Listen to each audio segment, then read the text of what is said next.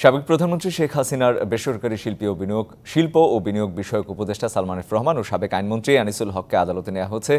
সেখান থেকে সহকর্মী দাউদ খান আমাদের সাথে যুক্ত হচ্ছেন। জানবো সেখানকার খবরাখবর। দাউদ, কি দেখতে পাচ্ছেন আদালত প্রাঙ্গণে, জানান আমাদের।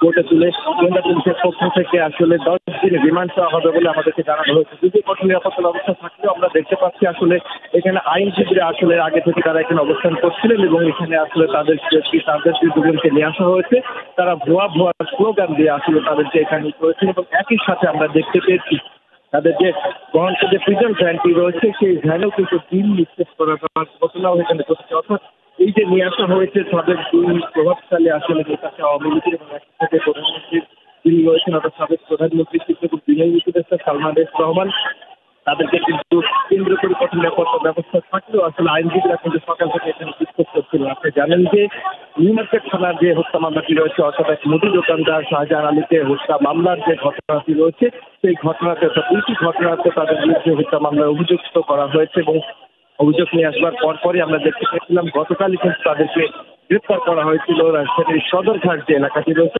সেখান থেকে এবং পরবর্তীতে তাদেরকে গোয়েন্দা পুলিশ কার্যালয়ে নিয়ে যাওয়া হয় এবং সেখানে ছিল। একটু দেখানোর চেষ্টা করি যে আসলে এখানে যারা আইনজীবীরা রয়েছেন এবং একই সাথে সাধারণ অনেক মানুষ আসলে সকাল থেকে জড়ো হয়েছিলেন এবং তারা কিন্তু একই সাথে এখানে বিভিন্ন স্লোগান দিচ্ছিলেন, অর্থাৎ তাদেরকে এখানে প্রবেশ করতে হবে না। কঠোর নিরাপত্তা ব্যবস্থা থাকলেও আসলে আইনজীবীরা কিন্তু সকাল থেকে এখানে বিক্ষোভ করছিলেন। আপনি জানেন যে নিউ মার্কেট থানার যে হত্যা মামলাটি রয়েছে অর্থাৎ এক মুদি দোকানদার শাহজাহান আলীকে হত্যা মামলার যে ঘটনাটি রয়েছে সেই ঘটনাতে অর্থাৎ দুইটি ঘটনাতে তাদের বিরুদ্ধে হত্যা মামলায় অভিযুক্ত করা হয়েছে এবং অভিযোগ এলাকাটি রয়েছে সেখান এবং একই সাথে সাধারণ অনেক মানুষও আসলে সকাল থেকে জড়ো হয়েছিলেন এবং তারা কিন্তু একই সাথে এখানে বিভিন্ন স্লোগান দিচ্ছিলেন, অর্থাৎ তাদেরকে এখানে প্রবেশ করতে দেওয়া হবে না এমন স্লোগানও কিন্তু দেওয়া হচ্ছে। অর্থাৎ এখানেও একটি বিক্ষিপ্ত অবস্থার সৃষ্টি হয়েছে, অর্থাৎ বিক্ষোভরত আন্দোলনকারী যারা রয়েছেন এবং একই সাথে আইনজীবী যারা রয়েছেন তারা সকাল থেকেই এখানে আন্দোলন করে আসছিলেন। যদি এখন নিরাপত্তা ব্যবস্থা আসলে সবচেয়ে বড় বিষয়, তবে আমরা দেখতে পেয়েছি এই দুজনকে নেওয়ার সাথে কেন্দ্র করে পুরো কোর্ট যে এলাকাটি রয়েছে সেখানে কঠোর নিরাপত্তা ব্যবস্থা গ্রহণ করা হয়েছে। আইন শৃঙ্খলা রক্ষাকারী বাহিনী অর্থাৎ পুলিশ, র্যাবের পাশাপাশি আমরা দেখতে পেয়েছি সেনাবাহিনী যারা সদস্যরা রয়েছেন তারাও কিন্তু এখানে অবস্থান করছেন যেন কোনো অপ্রীতিকর ঘটনা না ঘটে। আপনি দেখতে পাচ্ছেন এখনো কিন্তু অনেক সাধারণ মানুষ রয়েছেন, তারা কিন্তু এখানে স্লোগান দিচ্ছেন। অর্থাৎ কিছুক্ষণের মধ্যে আমরা যতটুকু জানতে পারি যে তাদেরকে আদালতে তোলা হবে এবং এরই মধ্যে কিন্তু 10 দিনের রিমান্ড চাওয়া হয়েছে।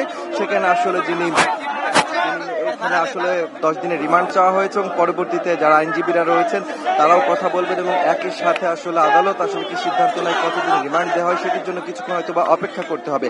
তবে একটি বিষয় বলতে পারি যে আসলে যখন কোটা সংস্কার আন্দোলন চলছিল তখন বিভিন্ন জায়গায় যে সংঘর্ষ কিংবা সহিংসতার ঘটনা ঘটেছিল সেই সহিংসতার ঘটনাতে আসলে তাদেরকে উস্কানিদাতা এবং নির্দেশদাতা হিসেবেও কিন্তু আসলে বলা হচ্ছে বারবারই এবং সেই প্রেক্ষিতে আমরা যতটুকু জানতে পারি নিউ মার্কেট থানায় অর্থাৎ 16 জেলায় নিউ মার্কেট থানাতে এলাকাতে যে সংঘর্ষের ঘটনা ঘটেছিল সেখানে মুদি দোকানি শাহজাহান আলীর আসলে সেই ঘটনার মধ্যে পড়েন এবং পরবর্তীতে তিনি সেখানে মৃত্যুবরণ করেন।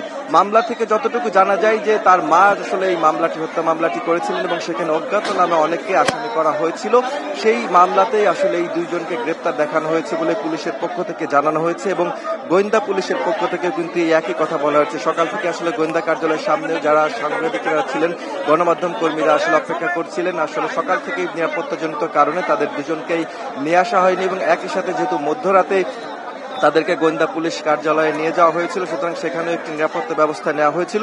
সব মিলিয়ে আমরা যতটুকু জানি যে তার নিরাপত্তা ব্যবস্থা নিশ্চিত করবার পরপরই ঠিক 5:55 আসলে গোয়েন্দা কার্যালয় থেকে এই পুরান ঢাকার সদরঘাটের যে চিফ মেট্রোপলিটন ম্যাজিস্ট্রেট কোর্টটি রয়েছে সেখানে তাদেরকে নিয়ে আসা হয়েছে।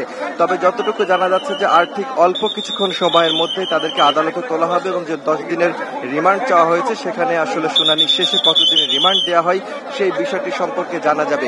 তবে একটি বিষয় বলা যায় যে আসলে এই দুইজনই কিন্তু আওয়ামী লীগ সরকারের খুবই প্রভাবশালী ব্যক্তি ছিলেন এবং একই সাথে কিন্তু আমরা দেখেছি যে আনিসুল হক যিনি সাবেক আইনমন্ত্রী তিনিও কিন্তু বেশ কয়েকবারের এমপি অর্থাৎ সংসদ সদস্য নির্বাচিত হয়েছেন এবং একই সাথে সালমান এফ রহমান তিনিও কিন্তু সংসদ সদস্য নির্বাচিত হয়েছিল এবং পরবর্তীতে আমরা দেখতে পেয়েছিলাম তিনি সাবেক প্রধানমন্ত্রী শেখ হাসিনার বেসরকারি শিল্প এবং বিনিয়োগ উপদেষ্টা হিসেবেও কাজ করেছেন। অর্থাৎ এই দুজনেরকে গতকাল আমরা দেখতে পেয়েছিলাম যে ঠিক নৌপথে তিনি যখন দক্ষিণবঙ্গের উদ্দেশ্যে রওনা হয়েছিলেন তখনই কিন্তু তাদেরকে গ্রেপ্তার করে কোস্টগার্ড। অর্থাৎ বলা যায় তারা নৌকার কাণ্ডারি হলেও কিছুক্ষণের মধ্যে হয়তোবা তাদেরকে কোর্টে ওঠানো হবে, পরবর্তীতে জানা যাবে যে তাদেরকে কয়েকদিনের রিমান্ড মঞ্জুর করা হচ্ছে। তো এই ছিল সার্বিক অবস্থা। রঞ্জন।